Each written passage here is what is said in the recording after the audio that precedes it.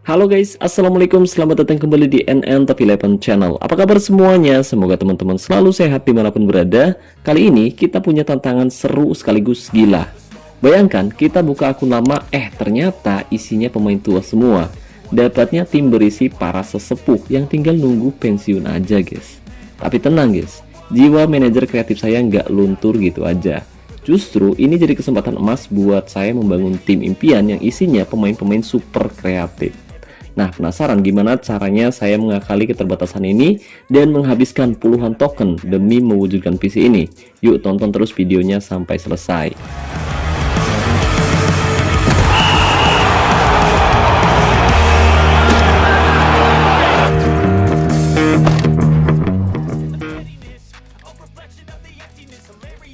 Oke, langkah pertama yang akan saya lakukan udah jelas, yaitu cuci gudang pemain tua. Dan saya ucapkan terima kasih atas dedikasinya ya opa-opa, saatnya kita fokus ke masa depan. Nah, dengan dana terbatas dan kebutuhan untuk mendatangkan banyak pemain muda, bursa transfer lelang akan jadi medan perang utama kita kali ini guys. Nah, target saya udah jelas, yaitu mendatangkan pemain muda bintang 3 atau bintang 4 dengan harga semurah mungkin. Ya, nggak mudah sih memang. Butuh waktu berjam-jam dan bahkan saya beberapa kali kena tikung di detik-detik terakhir guys. Tapi dengan kesabaran ekstra akhirnya saya mendapatkan pemain buruan saya. Jadi total ada 13 pemain muda yang berhasil kita amankan dengan menghabiskan modal sebanyak 76 token dan uang sekitar 1,58 miliar. Ya, lumayan banyak sih modal yang udah kita keluarkan hari ini ya guys ya. Tapi tenang, karena hal ini termasuk investasi jangka panjang yang bisa kita lakukan. Oh ya, ngomong-ngomong tentang token, sebelum kita membahas lebih jauh, saya mau ngasih tahu dulu nih ke teman-teman semua, khususnya untuk player Sultan, Raja Minyak, Pusmengkreng, dan Juragan Bawang. Barangkali berencana top up token, sponsor spesial premium, kartu bulanan, dan benda lain dengan harga yang lebih murah tapi amanah, saya rekomendasiin teman-teman top up di Instagramnya Kiano Official, dan linknya sudah saya sematkan pada deskripsi video ini. Oh iya, barangkali ada yang bertanya, Bang, kenapa nggak langsung beli pemain bintang 5 aja bang? Kan lebih instan. Nah, disinilah letak strategi kreatif kita guys.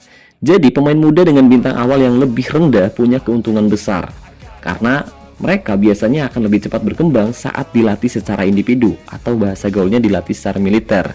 Nah, tujuan utama saya bukan cuma meningkatkan atribut dasar mereka guys, tapi juga membuka posisi baru.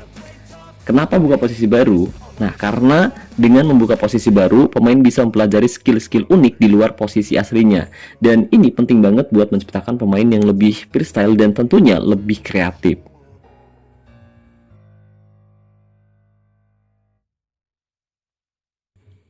Oke, setelah posisi baru terbuka dan pemain mulai beradaptasi, fokus latihan kita langsung ke atribut kreativitas. Kenapa kreativitas jadi kunci, Bang? Nah, pemain dengan kreativitas tinggi itu seperti otak tim kita guys. Seperti otak tim kita di lapangan. Mereka punya visi bermain yang lebih baik. Umpan-umpan mereka bisa lebih cerdas dan sulit ditebak. Dribble mereka lebih lincah dan efektif. Bahkan mereka punya potensi untuk menciptakan peluang dari situasi yang gak terduga. Bayangkan, satu tim yang isinya pemain-pemain seperti ini. Pasti lawan bakal pusing 7 keliling guys.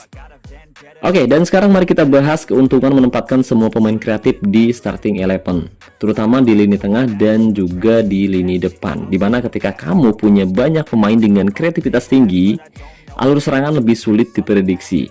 Mereka nggak terpaku pada satu pola serangan aja guys, karena ide-ide segar dan umpan-umpan inovatif akan terus bermunculan. Selanjutnya, penguasaan bola bisa lebih dominan. Ya, karena pemain kreatif cenderung lebih pintar dalam mencari ruang dan memberikan umpan-umpan pendek yang akurat. Dan hal ini bisa membuat tim kita lebih nyaman dalam mengontrol jalannya pertandingan, guys. Kemudian, tim kita juga bisa lebih banyak menciptakan peluang dari ketiadaan. Nah, di saat pertandingan mengalami kebuntuan, pemain kreatif bisa menciptakan magic moment dengan umpan terobosan cerdas, dribbling lewat beberapa pemain, atau bahkan melakukan tembakan spekulatif yang gak terduga, guys. Selain itu, tim kita juga bisa membuat mental lawan tertekan. Ya, melihat pemain-pemain kita terus bergerak dan memberikan umpan-umpan akurat, tentu hal ini bisa membuat mental pemain lawan down, dan mereka akan kesulitan untuk bisa mengembangkan permainannya, guys. Terakhir, Kenapa saya memilih formasi 4-2-3-1 menyerang dengan gaya umpan pendek dan nggak mengandalkan serangan balik cepat? Nah, ini semua kembali ke filosofi tim kreatif kita. Dengan menggunakan formasi 4-2-3-1 menyerang, formasi ini memberikan keseimbangan antara menyerang maupun bertahan. Jadi, dua gelandang bertahan akan melindungi lini belakang, sementara tiga gelandang lain dan satu striker mereka akan fokus membombardir pertahanan lawan dengan kreativitas mereka, guys. Kemudian umpan pendek. Nah, dengan gaya umpan pendek, ini akan sangat cocok dengan pemain-pemain kreatif kita, karena mereka akan lebih sering terlibat dalam membangun serangan dari kaki ke kaki, menciptakan ruang dan mencari celah di pertahanan lawan melalui kombinasi umpan-umpan cerdas. Dan alasan kenapa saya tidak menggunakan serangan balik cepat. Nah, karena serangan balik cepat cenderung mengandalkan kecepatan dan umpan-umpan panjang, sementara kita fokus pada penguasaan bola dan membangun serangan secara sabar dengan kreativitas sebagai kuncinya, guys. Dan kita ingin mendikte permainan, bukan hanya merespon pergerakan lawan saja. Lanjut untuk gaya tekanan, di sini saya pakai gaya tekanan rendah. Nah, keuntungannya yaitu lebih hemat stamina, karena pemain kita nggak akan lari-lari terus mengejar bola sampai jauh ke area lawan, guys. Mereka lebih fokus menjaga posisi di area pertahanan sendiri, dan tentu ini bagus banget buat menjaga kebugaran pemain sepanjang pertandingan berlangsung. Apalagi kalau kamu punya banyak pertandingan dalam sehari. Dan untuk gaya penjagaan yaitu jaga daerah tertentu. Ya, dengan pemain lebih banyak berkumpul di area pertahanan, pemain lawan jadi lebih sulit menembus kotak penalti kita. Ibaratnya, kamu udah bikin benteng yang sangat kuat di depan gawangmu, guys. Ini bakal jadi pertahanan yang solid, tapi agak sedikit beresiko, karena kita mengorbankan beberapa atribut pertahanan yang mungkin sangat diperlukan, dan kita mengandalkan kreativitas untuk bisa bertahan dengan baik.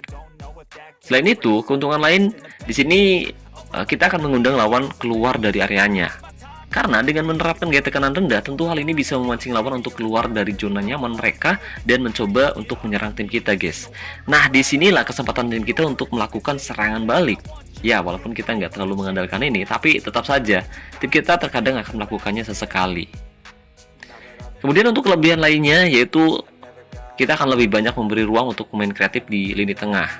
Jadi dengan tidak terlalu agresif menekan lawan di depan, pemain-pemain kreatif yang ada di lini tengah, mereka punya lebih banyak ruang untuk menerima bola, berpikir dan mengatur tempo permainan, atau mengatur serangan dengan umpan-umpan pendek ciri khas mereka, guys. Nah, setelah merebut bola, pemain-pemain kreatif kita punya waktu untuk membangun serangan dari belakang dengan cukup tenang, tanpa terburu-buru, ya guys ya.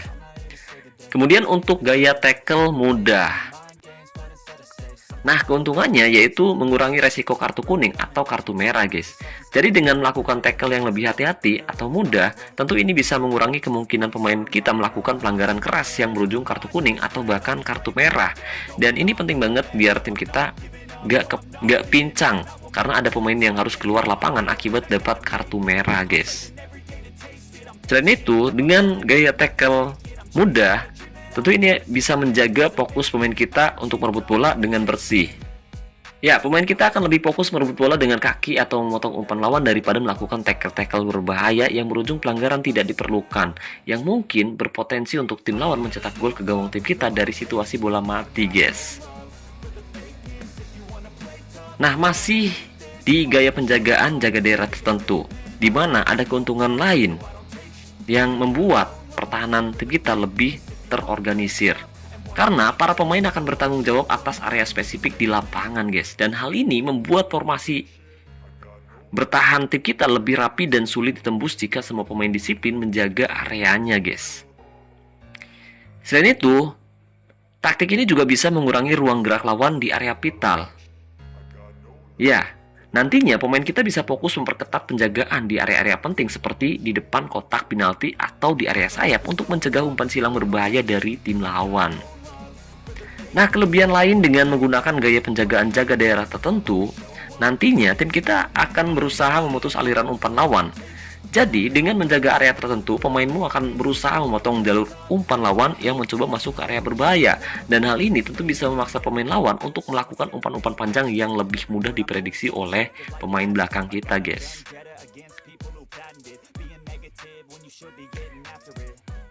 Dan dengan jaga daerah tertentu, tentu hal ini bisa menciptakan ruang untuk tim kita melakukan serangan balik terukur.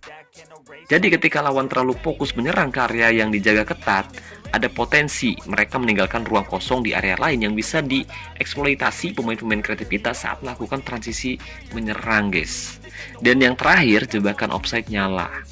Nah, dengan menggunakan jebakan offside, tentu nantinya tim kita bisa memutus serangan lawan yang mengandalkan umpan terobosan.